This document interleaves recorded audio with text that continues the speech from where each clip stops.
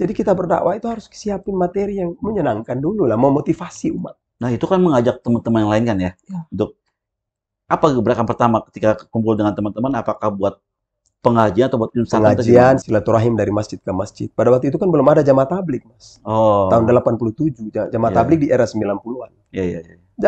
Jalan dari masjid ke masjid, kita silaturahim keluarga. Ya, gitu. Akhirnya bikin pesantren atau gimana? Masih lama. Masih lama? Kita bangun dulu usaha-usaha ekonomi apa yang kita bisa Oh, BMT, macam-macam. Ya jatuh bangun lah, biasa. berarti emang udah aktif bikin sosial ya gitu ya? Sosial terus dari awal, sosial dengan bisnis jalan. Sampai jual kemiri di Jakarta, Mas. Oh ya? Ya. Tahun 98 itu saya bawa kemiri dari pasar ke pasar loh di Jakarta, di Jatinegara, kasih masuk, bawa sepeda motor, terus muat kemiri di karung itu. Itu hasilnya untuk? Ya untuk kegiatan dakwah lah. Konsep kita bangun pesantren. Ini di Larantukanya ya? Atau di Adonara? Apanya itu? Di Adonara. Adonara. Nah, sekarang bicara dengan Ustadz Arifudin Anwar dan BWA.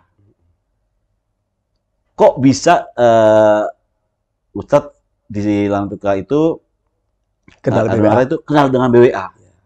Itu awal mulai gimana? Pertama begini dulu, dari ide saya. Saya bilang sama teman-teman, memang kita muslimnya sedikit, minoritas di sini. Berapa persen di sana? Ya, rata-rata 10% lebih aja. Dikit ya? Iya, kalau NTT gitu. Kalau Flores Timur masih lumayan, bisa 20%. Kalau NTT itu 10% lah secara keseluruhan. Saya bilang, tapi di luar sana banyak saudara kita. Ya. Hari ini kewajiban kita adalah menginformasikan apa kegiatan kita di sini. Ya. Insya Allah diijabah oleh Allah Subhanahu Wa Taala, akan disampaikan kepada kaum muslimin yang lain. Dan nanti mereka akan apa yang lakukan untuk kita. Nanti kita lihat saja. Ya. Tapi kalau kita tidak pernah bersuara, maka nggak bisa. Akhirnya saya berpikir salah satunya harus pergi ke kota besar, yaitu Jakarta. Mana lembaga Islam yang di situ, ya kita sharing, cerita apa masalahnya. Kebetulan dulu saya sempat aktif di Dompet Duafa. Kenal dengan direktur kita sekarang ini di BBA, Pak Heru. Sudah menjadi teman ketika beliau di THK, Tebar Hewan Kurban Dompet Duafa. Saya mitra di lapangan. Nah, ketika awal mau mendirikan BWA, ketika beliau sudah resign dari Dompet Duafa, beliau sempat mengajak saya. Pada tahun 2005 itu awal ide itu berdiri itu, mengajak saya untuk gabung. Saya bilang, oke, Mas, nanti antum di Jakarta, biarlah saya di sana. Nah, tapi terputus komunikasi. Tahun 2009 sempat nyambung kembali lewat salah satu almarhum dari staf Dompet Duafa, Pak Abdul Jabar, orang NTB. Kasih nomor ke Ustadz Heru. Saya dihubungi.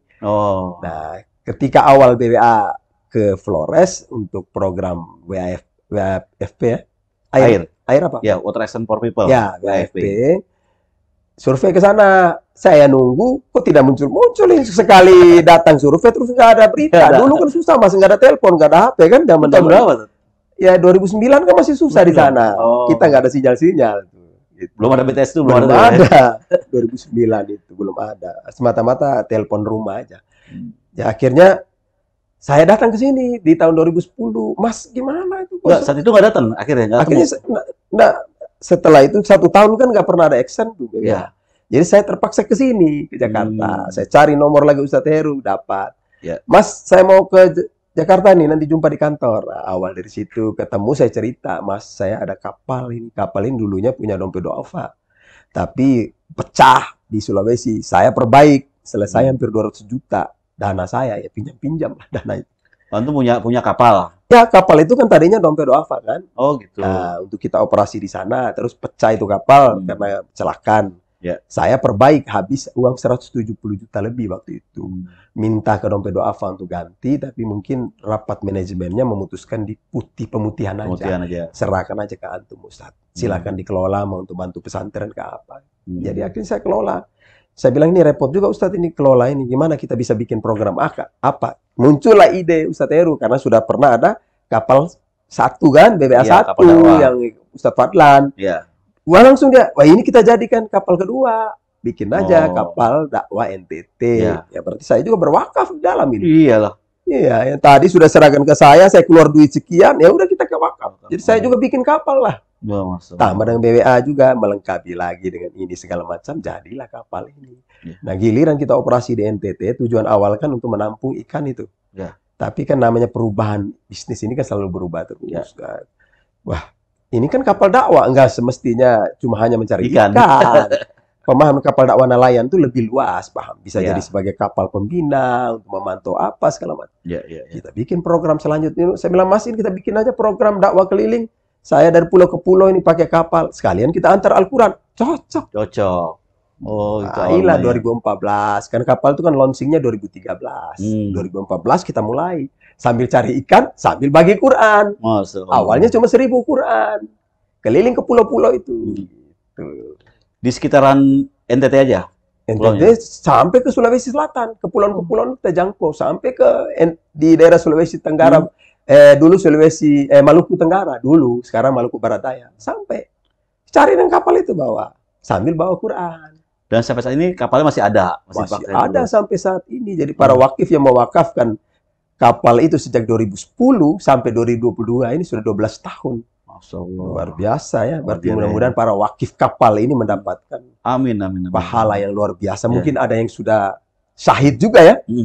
Dikubur, semoga mendapatkan kelonggaran dengan akibat asbab pahala wakaf kapal. Amin, amin. Nah, dari pengalaman, dari mulai distribusi Al-Quran ya, Al-Quran wakaf itu menggunakan kapal ya, kapal dakwah NTT yang berarti yang kedua ya, kapal dakwah BW yang kedua ya. Total udah berapa yang telah didistribusikan? Kurang lebih kalau untuk seluruh Indonesia Timur hampir 700.000 yang dengan kapal itu, Mas. Dengan kapal itu? 700-an ribu. Karena kita menjangkau Sulawesi Tenggara, Sulawesi Selatan, Maluku Utara, udah pernah pergi semua dengan kapal itu.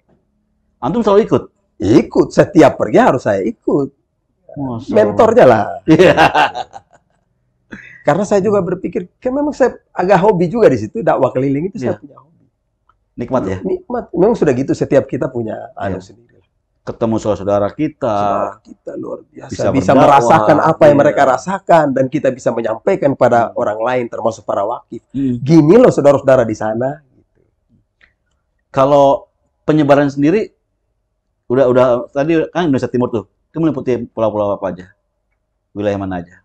Pertama Indonesia, NTT secara keseluruhan. NTT. Kemudian Sulawesi bagian selatan. Sulawesi bagian selatan itu meliputi Sulawesi Selatan bagian selatan dan Sulawesi Tenggara secara keseluruhan. Sulawesi Tenggara seluruhnya di pulau. Minus daratan. Nah, daratannya kan Kendari. Ya. Gitu. Kemudian Sulawesi Tengah bagian kepulauan, Banggai semua itu. Sulawesi Tengah dia. Kemudian daerah Taliabu ke sana itu di wilayah Maluku Utara. Datang ke daerah Maluku Tenggaranya sampai di Pulau Kisar, Pulau Wetar. Wush, Masya Allah. Dekat dengan Timur Leste. Dekat Timur Leste. Ya, Tat, dalam pendistribusian Al-Quran, pastinya nggak lancar aja semua, namanya juga di laut kan. Laut kan tahu, kadang gelombangnya, orang sebutnya apa ya, kadang laut lagi teduh, lagi tenang. Kadang lagi ombak besar, gelombang besar seperti itu. Antum cerita, adakah pengalaman-pengalaman menarik ketika pendistribusian Al-Quran? Banyak sekali, Mas. Banyak sekali. Yang salah satunya kita nggak bisa makan berhari-hari. Karena gelombangnya dahsyat, bagaimana mau masak? Kalau masak, tumpah semua itu. Tapi kompor ada sebenarnya. Pakai kompor ada. Cuma nggak bisa masak. Nggak bisa masak, dia terpaksa makan yang ada aja, misalnya biskuit atau pisang atau apa. Jadi selebihnya kita tidur, berzikir, baca doa, baca Quran. Tapi saya bilang sama teman-teman, kita baca Quran aja, ngaji. Insya Allah teduh ini. Benar. Sekian jam lagi teduh, walaupun nanti gelombang lagi. Berarti antum tuh menemani tim BWA? Tim BWA maupun tim saya. Oh. Kan di situ kan ABK-nya ada. ABK-nya dari santri-santri juga. Iya. Nah, kami kan langsung distribusi karena kami inginkan Al-Quran tuh dipastikan sampai ke rumah-rumah. Jadi kita datang ke desa, siapa penanggung jawab di situ, sama-sama bagi. Itu senang banget lah. Jadi nggak sekedar kita nitip, tapi kita tahu pasti bahwa Al-Quran ini sampai ke rumah-rumah kaum muslim. Itu yang kita target sendiri ke dalam. Jadi agak ekstra bekerja lah. Kita sampai di umpamanya kabupaten ini, kami harus pastikan ini antar ke desa ini, RT ini atau apa. Terus. Sampai ke penerimanya. Maunya kita begitu. Masya Allah. Karena itu nikmat. Iya. Pengalaman lain misalnya gini. Perjalanan dari mana ke mana yang makan waktu paling terlama dan paling ekstrim? Itu ke Taliabu itu, Pak. Dari Wakatobi. Wakatobi ke Taliabu. Ke Taliabu 36 jam. 36 jam. 36 jam itu besoknya kami dengar ada kapal yang pecah. Pada hari yang sama. Kapal orang lain? Kapal orang lain pecah. dalam pelayaran yang sama, tapi kan kita nggak jumpa. Merinding saya. Merinding juga. Boy, beruntung pecahnya mereka bukan kita. Karena Iya. karena semalam kan, kemarin kan kami yang merasakan itu. Berarti sama-sama merasakan kerasnya, dahsyatnya gelombang. 36 jam. 36 jam. Bawa berapa ribu Al-Quran lagi itu? Waktu itu kita masih ada 10.000 Al-Quran. 10.000 Al-Quran.